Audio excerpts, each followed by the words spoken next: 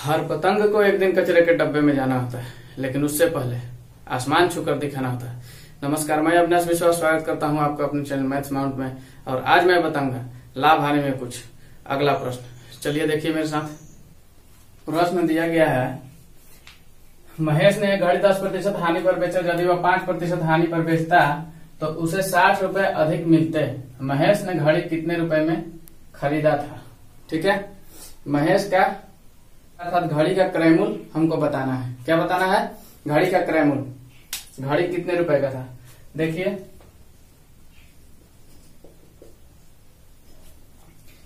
इस तरह का प्रश्न हम पीछे प्रतिशत जब पढ़ा रहे थे तो उसमें आपको बता चुके हैं। ठीक है, लेकिन ये लाभ हानि में भी है तो आपको ताजा भी हो जाएगा। तो देख लीजिए, अब 10% हानि पर बेचा है। यदि वो 5% हानि पर बेचता तो 60 रुपए अधिक मिलता है। इन दोनों प्रतिशत के बीच का अंतर कितना हो जाता है? 60 रुपया का हो जाता है। ठीक है, तो पहले क्या करता था? 90%। 10% हानि के मतलब क्या हुआ? 90% पे बेचता था। अच्छा, 5% हानि के मतलब क्या हुआ कि 95% पर उसको बेचना चाहिए था, तब जाकर क्या होता? 60 रुपया अधिक मिल जाता है। तो घड़ी का क्रय मूल्य हमको बताना है 95% माइनस 90% बराबर 60 रुपया। इन दोनों प्रतिशत के बीच का अंतर कितना हो जाता है? 60 रुपया का हो जाता है। तो इसको घटा लेंगे तो कितना जाएगा? 5%। अब 5% बराबर 60। ठीक है, तो हम क्या कर लेंगे? 1% बराबर 60/5। ठीक है, अब इसीलिए 100% बराबर। इसको ऐकिक नियम बोलते हैं। ऐकिक नियम पे ये बनता है 60/5 गुना में 100। ठीक है, अब देखिए, इस 1% को हम ना लिख करके यहीं पे हम 60/5 इंटू 100 कर देते हैं। यहाँ पे हम 100% डायरेक्ट लिख देते हैं। लेकिन चलिए, आज ये पहला प्रश्न है इसलिए लंबा करके बता दे रहे हैं। इससे इसको काट लेंगे, ये 12 बार में कट जाएगा। तो यहाँ पे क्या आ गया? 1200 रुपया आ गया। ठीक है, तो घड़ी का क्रय मूल्य कितना हो जाता है? 1200 रुपया आ जाता है। ठीक है, कोई दिक्कत? कोई दिक्कत नहीं। ये प्रतिशत का अंतर हम ज्ञात कर लेते हैं। 10% हानि अर्थात 90% और 5% हानि अर्थात 95%। अच्छा, अधिक मिल रहा है ना, अधिक मिल रहा है, इसीलिए 95% में से 90% को घटा रहे हैं।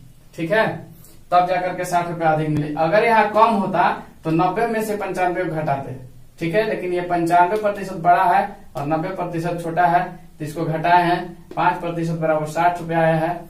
तो 1% बराबर 60/5, इसीलिए 100% बराबर 60/5 इंटू 100 बराबर 1200 रुपया।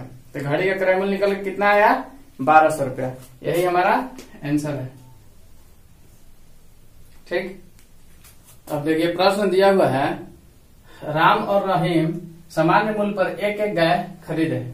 ठीक है, राम ने अपनी गाय 20% लाभ पर तथा रहीम अपनी गाय 25% हानि पर बेच दिया। यदि राम रहीम से 4500 रुपया अधिक पाया हो तो प्रत्येक गाय का क्रय मूल्य ज्ञात करना है। ठीक है, दोनों गाय खरीदते हैं और उस गाय को बेच देते हैं। ठीक है, तो राम क्या करता है कि अपनी गाय को 20% लाभ पर बेचता है और रहीम 25% हानि पर बेच देता है। राम रहीम से 4500 रुपया अधिक पाया है। कितना अधिक? 4500 रुपया अधिक पाया है। तो गाय का क्रय मूल्य बताना है। चलिए देखिए,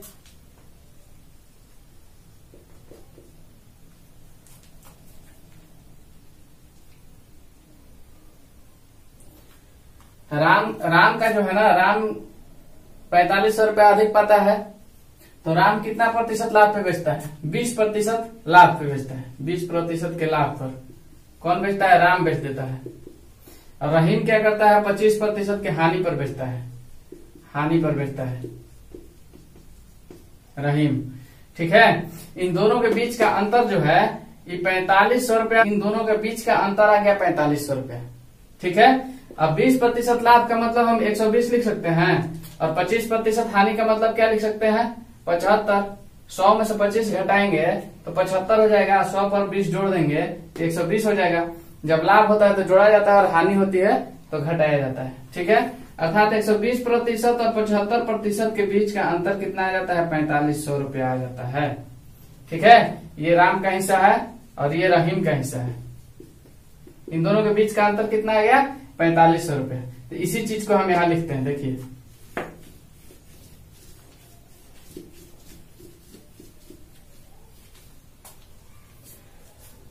हम लिखेंगे 120% माइनस 75% बराबर 4500। 4500 रुपए का अंतर आ रहा है, इन दोनों प्रतिशत के बीच का अंतर 4500, ठीक है। अब 120% में से 75% को घटा देंगे तो कितना आ जाएगा? 45%। अब 45% बराबर 4500, इसीलिए 100% बराबर 4500 बटा 45 और गुना में 100। ये 100 क्या है? ये क्रयमूल होता है। 100% का मतलब क्या हो गया? क्रयमूल हो गया। यदि 100% लिखे तो आप समझिए क्रयमूल लिखे हैं, ठीक है। तो ये 45 से एक बार में कट गया, ऊपर कितना बचा? 100 और गुना में 100 अर्थात 10,000 रुपया, ठीक है। तो गाय का क्रयमूल कितना आया? गाय का क्रयमूल निकल के आया है 10,000 रुपया, ठीक है। प्रश्न को समझना होता है, समझ जाइएगा आसान हो जाएगा।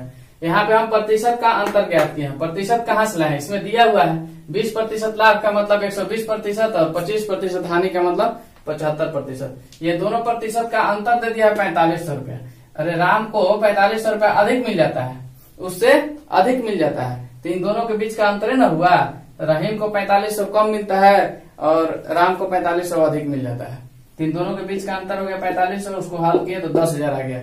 100% बराबर निकाले 10,000 अर्थात क्रयमूल। 100% क्या हो गया? क्रयमूल हो गया, ठीक है। आगे देखिए प्रश्न दिया हुआ है, एक दुकानदार दो टीवी सेटों को एक ही मूल्य पर बेचता है, पर एक पर उसे 20% का लाभ तथा दूसरे पर 20% की हानि होती है। उसे दोनों पर कुल मिलाकर कितने प्रतिशत का लाभ या हानि हुआ, यही हमको बताना है। तो इस तरह के जब भी प्रश्न आपको मिलता है, ठीक है, अगर लाभ वाला भी प्रतिशत समान और हानि वाला भी समान, आपस में दोनों अगर समान है, अगर 10% लाभ तो 10% हानि, ठीक है। अगर 5% लाभ तो 5% हानि, 20% लाभ तो 20% हानि। अगर दोनों समान दिया हो तो उस तरह के प्रश्न में हमेशा हानि होता है, ठीक है। इस तरह के प्रश्न में क्या होता है? हमेशा हानि होता है, इस चीज को याद रखिएगा। तो इसके लिए एक हम लोग पहले पढ़ चुके हैं प्रतिशत में कि x plus y plus x into y बटा में 100, ये जो फॉर्मूला था इस पे भी हमको बनाने में कोई दिक्कत नहीं है। चलिए देख लेते हैं। 20 जो है लाभ वाला है तो प्लस में लिख लिए, और ये जो है हानि में है इसलिए माइनस में लिख लिए, ठीक है। अब चलिए माइनस हो जाएगा यहाँ 20 गुना 20 और बट्टा में 100। 1 0 से 1 0, 1 0 से 1 0 काट लिए, और ये देखिए ये प्लस और माइनस आपस में कट जाता है। अब माइनस में क्या हो गया? 2 दूनी 4। जब माइनस में आ गया तो हम जानेंगे क्या? 4% का हानि हो गया। क्या हो गया? 4% का हानि, ठीक है, बन गया। जब आपको लाभ और हानि का प्रतिशत समान दिया हुआ हो तो उस कंडीशन में हमेशा हानि होता है, ठीक है। 20% लाभ है और 20% हानि है, ठीक है। 10% लाभ और 10% हानि, 5% हानि और 5% लाभ, 10% लाभ और 10% हानि। इस तरह से जब भी किसी प्रश्न में दिया हुआ हो तो उसमें हम क्या कर लेंगे? इस पे बना लेंगे, और हमेशा उसमें हानि होता है। इसका एक और ट्रिक होता है, ठीक है, वो भी देख लीजिए। x स्क्वायर बट्टा में 100%, यही होता है। अब देखिए इस x का मतलब क्या है? यहाँ पे जितना है उतना यहाँ पर भी है। यहाँ पे 10 देगा तो यहाँ पर भी 10 देगा, तो उसी को हम लोग क्या मानते हैं? x मानते हैं। एक राशि है ना, एक राशि है, दोनों 20-20 है, इसीलिए इसको x मान लिए। तो x स्क्वायर बट्टा में 100 तो यानी कि 20 है, x की जगह पे क्या दिया हुआ है? 20 दिया हुआ है। 20 बट्टा में 100। अच्छा, इस 20 को स्क्वायर करने के लिए बोल रहा है, प्रतिशत लगा देना है। तो यहाँ पर क्या हो जाएगा? 20 का स्क्वायर कर लेंगे तो 400 और बट्टा में 100। 00 से 00 काट लिए, बचा क्या? 4%, ठीक है। और 4% क्या? हानि। 4% का हानि। हानि क्यों? क्योंकि हम जानते हैं कि इस तरह का यदि प्रश्न दिया हुआ हो जब लाभ और हानि समान राशि हो तो उसमें हमेशा हानि होता है। ठीक है, दो वस्तु बेचा जाता है लेकिन एक पर 20% का लाभ और एक पर 20% का हानि हो गया, तो वहां पर हम क्या कर लेंगे, हानि समझेंगे। क्यों समझेंगे, क्योंकि ये दोनों का राशि सेम दिया हुआ है। ठीक है, तो ये दो तरीका हो गया, एक्स प्लस वाई पुराना वाला और ये एक आप नया जानिए। ठीक है, जो सुविधा है उससे बनाइए, सॉल्व करने से मतलब है, और हाँ नॉलेज रखना चाहिए। चलिए आगे देखते हैं। चलिए देखते हैं, एक व्यक्ति 2 साइकिलों में प्रत्येक को 1200 रुपए में बेचा। एक साइकिल पर 25% का लाभ तथा दूसरे पर 25% की हानि हुई। दोनों पर मिलाकर उसे कुल कितने प्रतिशत लाभ या हानि हुई, दोनों पर मिलाकर बता देना है। अच्छा, कुल लाभ या कुल हानि भी ज्ञात करना है, तो इसमें कुल हानि होगा। ठीक है, हम कैसे बता सकते हैं कुल हानि होगा, हम देख लिए कि दोनों में राशि जो है लाभ और हानि का राशि जो है बराबर है, 25% यहाँ भी 25% यहाँ भी। इस तरह से जब भी दिया होता है तो हम जानते हैं कि इसमें हमेशा हानि होता है। तो चलिए देख लेते हैं कितना प्रतिशत का इसको हानि हो रहा है। ठीक है, तो पहले प्रतिशत में हानि ज्ञात कर लेंगे, तो उसी x प्लस वाई पर ज्ञात कर सकते हैं, या आपको जो बताएं कि एक्स स्क्वायर बटा में 100 और फिर प्रतिशत। तो चलिए 25 का स्क्वायर और बटा में 100, तो 25 का स्क्वायर कर लेंगे तो कितना हो जाएगा 625 और बटा में 100 है, ये प्रतिशत बराबर। अब देखिए 00 है तो यहाँ पे हम क्या कर सकते हैं 6.25 प्रतिशत। ये जो हो गया हानि हो गया मेरा। एक चीज तो हमको पता चल गया कितना प्रतिशत का हानि हो रहा है, तो 6.25% का हानि हो रहा है। ठीक है, अब ये पूछ रहा है ना कि कुल मिलाकर दोनों पर मिलाकर उसे कुल कितने प्रतिशत का लाभ या हानि हुआ, तो हमको पता चल गया इतना। अब कुल लाभ है कुल हानि बताना है, अर्थात कितना रुपया का नुकसान हो रहा है वो चीज बताना है। ठीक है, तो जब इतना हानि हमको पता चल गया तो हम क्या कर सकते थे कि इसको 100 में से इतना घटा करके फिर उसको कैलकुलेशन करते थे, तो ये चीज आपको महंगा पड़ेगा। ठीक है, ये चीज फास्ट पड़ेगा, लेकिन उससे आसान एक यहाँ है कि यदि कुल लाभ या कुल हानि बराबर दे दे।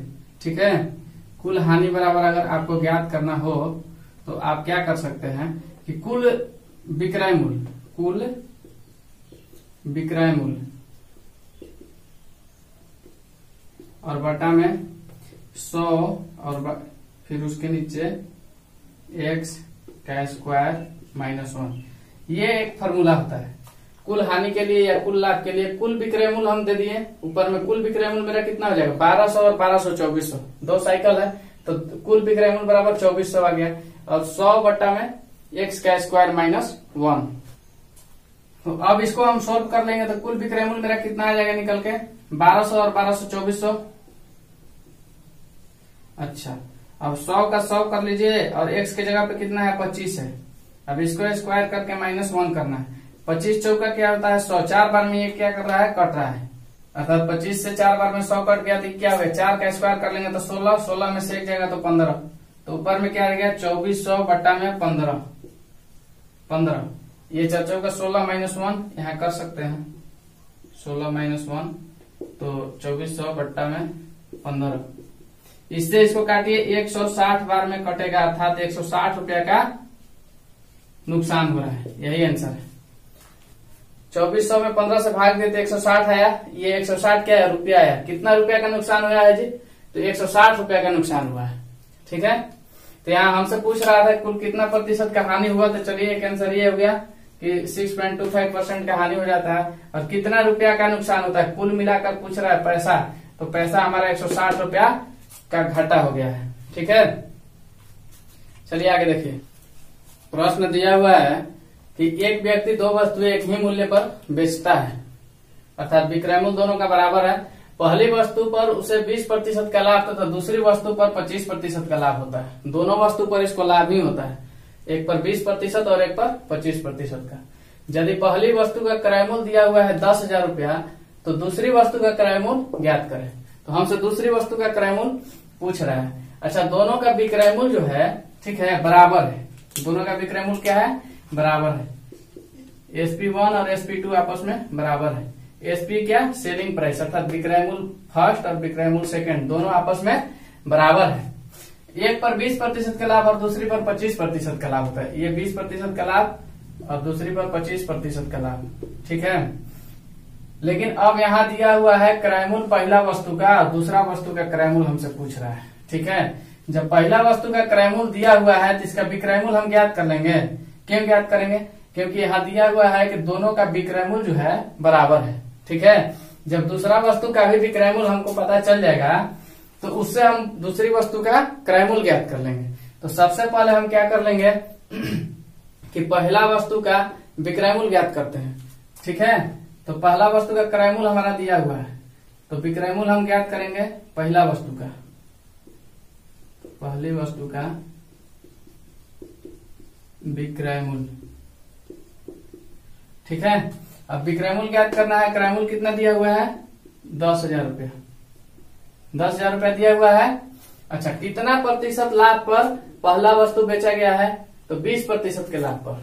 ठीक है, इसका 120% निकालेंगे। 0000 काट लिया, अर्थात 12,000 रुपया पर पहला वस्तु का विक्रय मूल्य कितना निकल गया है?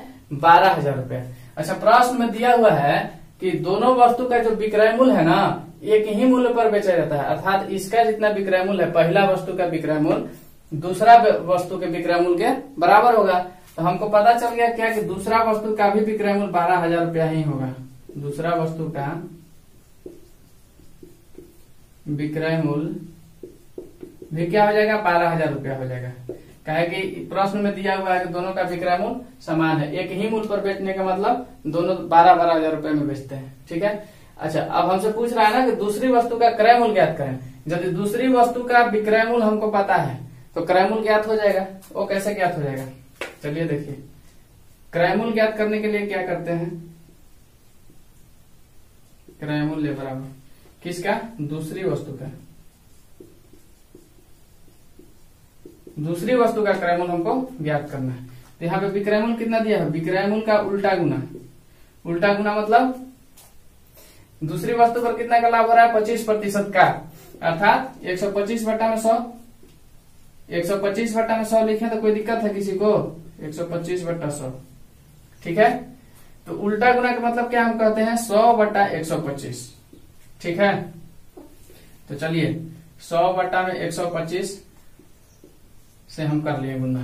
ठीक है, उल्टा गुना क्यों करते हैं? क्योंकि क्रय मूल्य ज्ञात करना होता है और विक्रय मूल्य दिया हुआ होता है, तो विक्रय मूल्य से क्रय मूल्य ज्ञात करने के लिए परसेंट का उल्टा गुना करते हैं। ठीक है, चलिए आइए, तो इसको 25 चौका 100, 25 5 125, 5 से इसको काट लेंगे तो कितना बार में कट रहा है? 5 दूना 10 और 5 चौका 20, 2400 बार में कटा। ठीक है, अब 2400 गुना 4 बराबर क्या हो जाएगा? 9600 रुपया। ये 9600 क्या है? ये 9600 आ गया दूसरी वस्तु का क्रय मूल्य। ठीक है, ये सेकेंड क्रय मूल्य आ गया है 9600 रुपया। यही हमसे पूछा जा रहा है कि दूसरी वस्तु का क्रय मूल्य बताएं, तो हम बता दिए कि 9600 रुपया। ठीक है, किसी कोई दिक्कत है? कोई दिक्कत नहीं होना चाहिए। हमको पहला वस्तु का क्रय मूल्य दिया था, पहला वस्तु का विक्रय मूल्य हम ज्ञात कर लिए, कितना आ गया? 12,000 रुपया। अच्छा, दूसरा वस्तु का विक्रय मूल्य भी 12,000 रुपया हो गया। क्यों हो गया? क्योंकि दोनों सामान्य मूल्य पर बेचा जाता है। तो यहाँ से हमको निकल के आ गया कि दूसरा मूल्य का भी विक्रय मूल्य 12,000 है। तो यदि विक्रय मूल्य पता हो तो क्रय मूल्य हम ज्ञात कर लेते हैं। तो वही दूसरा वस्तु का हम क्रय मूल्य अब ज्ञात करने चले, तो 12,000 का उल्टा गुना किए, अर्थात 100 बटा 125 से, और सीधा क्या होता है? 125 बटा 100। अच्छा, 125 कहाँ से किए? 25% लाभ पर दूसरी वस्तु को बेची जा रही थी, इसीलिए हम 100 बटा 125 से गुना किए। ठीक है, तो मेरा निकल के आया 9600 रुपया। तो कुल मिलाकर हमको पता चला कि दूसरी वस्तु का क्रय मूल्य जो है 9600 रुपया के बराबर है। ठीक है, यही हमारा आंसर है। चलिए आगे देखिए,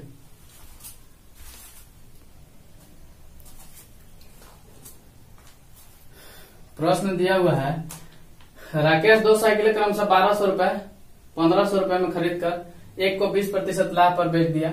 बताइए कि दूसरी साइकिल वह कितने प्रतिशत लाभ या हानि पर बेचे कि विक्रय मूल्य सामान्य रहे। ठीक है, दोनों का विक्रय मूल्य जो है बराबर होना चाहिए। तो देख लीजिए, एक को बेचा है 20% लाभ पर।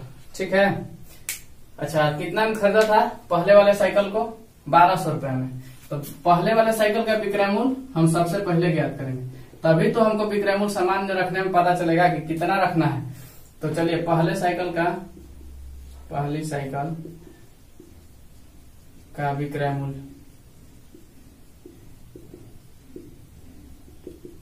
पहले साइकिल का विक्रय मूल्य कितना हो जाएगा, खरीदा कितना में है 1200 रुपया में खरीदा है और बेचा कितना में है 20% के लाभ पर, अर्थात 120/100, 0000 और 12 बना 144 अर्थात 1440 रुपया इसका विक्रय मूल्य है। अच्छा, बोला जा रहा है कि दूसरी साइकिल का भी विक्रय मूल्य जो है ना ये 1440 ही होना चाहिए, ठीक है, जबकि इसको 1500 रुपया में खरीदा है। तो अब हमको बताना है कि लाभ पर बेचेगा कि हानि पर बेचेगा।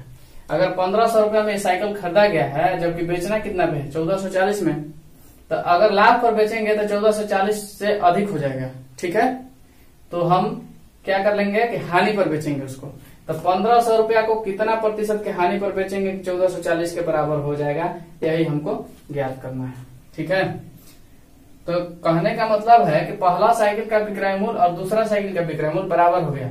यहाँ पे दूसरा भी साइकिल का विक्रय मूल्य 1440 है, ये पहला साइकिल का आया है और दूसरा का भी 1440 ही होगा, क्योंकि हमको 1500 रुपए में खरीदे हैं लेकिन हानि पर बेचना है ताकि इसके बराबर हो जाए।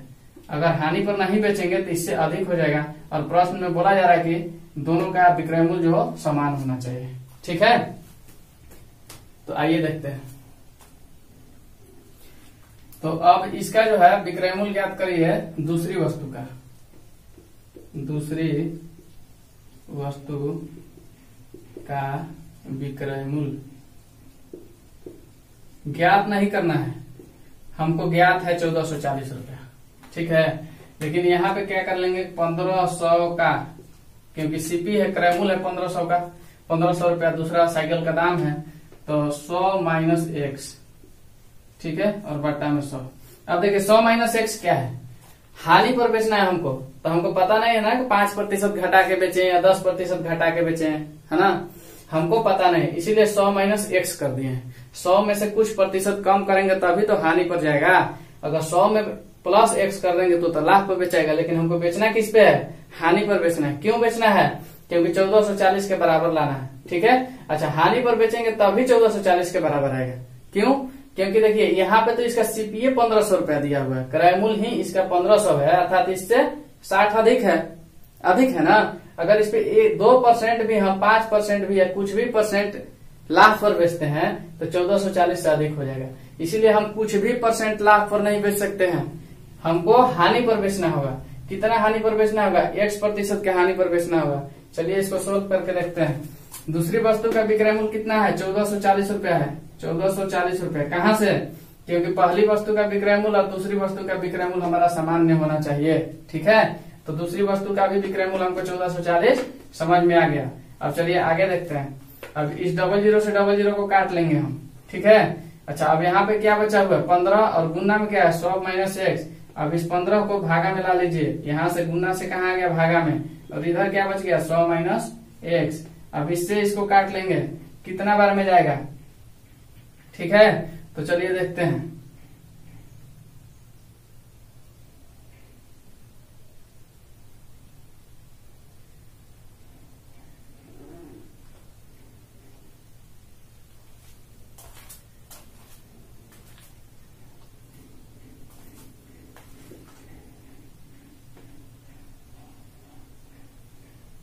तो यहाँ 6 बार में गया, फिर अर्थात कहने का मतलब ये क्या हो गया 96 बार में कटा, ठीक है। अच्छा, 100 माइनस x है, ठीक। तो अब चलिए इस 96 को 100 की तरफ भेज दीजिए, अंक को एक तरफ कर लेंगे, ठीक है। तो x बराबर मेरा निकल के आ जाएगा 100 माइनस 96 बराबर 4% के हानि पर हमको बेचना होगा, ठीक है। यही मेरा आंसर होगा। तो क्या हो जाएगा कि 4% के हानि पर बेचना होगा साइकिल को, तब जाकर के मेरा क्या होगा 1440 के बराबर होगा। दोनों का विक्रय मूल्य आपस में समान होंगे, ठीक है। कोई दिक्कत है, देखिए प्रश्न को समझना होता है, समझ जाते हैं तो आप आधा सोल्यूशन खुद से कर लेंगे, ठीक है। आपको कोई दिक्कत नहीं होगा। पहला साइकिल का मेरा क्या दिया हुआ था, क्रय मूल्य दिया हुआ था, वैसे दोनों साइकिल का क्रय मूल्य हमको दिया हुआ है। यदि हम इसका जो है क्रय मूल्य दिया है तो हमको क्या निकालना है, विक्रय मूल्य निकालना है, ठीक है। अच्छा, इसमें शर्त क्या दिया गया है कि इस कंडीशन में बेचना है कि दोनों का विक्रय मूल्य सामान्य हो। अगर पहला का 1440 है तो दूसरा का भी 1440 ही होना चाहिए। अच्छा, हम देख रहे हैं कि दूसरा साइकिल का क्रय मूल्य जो है 1500 रुपया है, ठीक है। इसके विक्रय मूल्य से भी 60 रुपया अधिक है। अगर इसको हम कुछ भी परसेंट, 1%, 2%, 3%, कोई भी परसेंट लाभ पर बेचते हैं तो हमको क्या होगा कि 1440 से अधिक आ जाएगा। ठीक है, हमको अधिक नहीं लाना, हमको 1440 के बराबर ही रखना है। तो इसीलिए हम फैसला किए कि हमको हानि पर बेचना होगा, इसीलिए 100 माइनस एक्स को हम कर लिए हैं। ठीक है, 100 माइनस एक्स का मतलब क्या हो गया कि हम 100 में से कितना प्रतिशत कम करके बेच रहे हैं, तो हम 4% कम करके बेच रहे हैं उसको। ठीक है, तो यही हम कर लेंगे। दूसरा वस्तु का विक्रय मूल्य बराबर, अब विक्रय मूल्य बराबर हमको ज्ञात हो गया कि क्रय मूल्य गुना ये 100 माइनस एक्स बटा 100, और दूसरा वस्तु का विक्रय मूल्य हमको पहला वस्तु के विक्रय मूल्य से पता चल गया है। अब इसको हल किए हैं तो इस 15 को भागा मिला दिए हैं और 15 से 96 बार में कटा है। अब चलिए ये 100 माइनस 96 कर देंगे, इस 96 को कहाँ ले जाएंगे, बराबर के इस तरफ ले जाएंगे तो माइनस में 96 हो जाएगा, और ये जो x है बराबर की इस तरफ आएगा तो माइनस से प्लस में हो गया, तो x बराबर 4%। तो कहने का मतलब है 4% हानि पर हमको दूसरे साइकिल को बेचना होगा। ठीक है,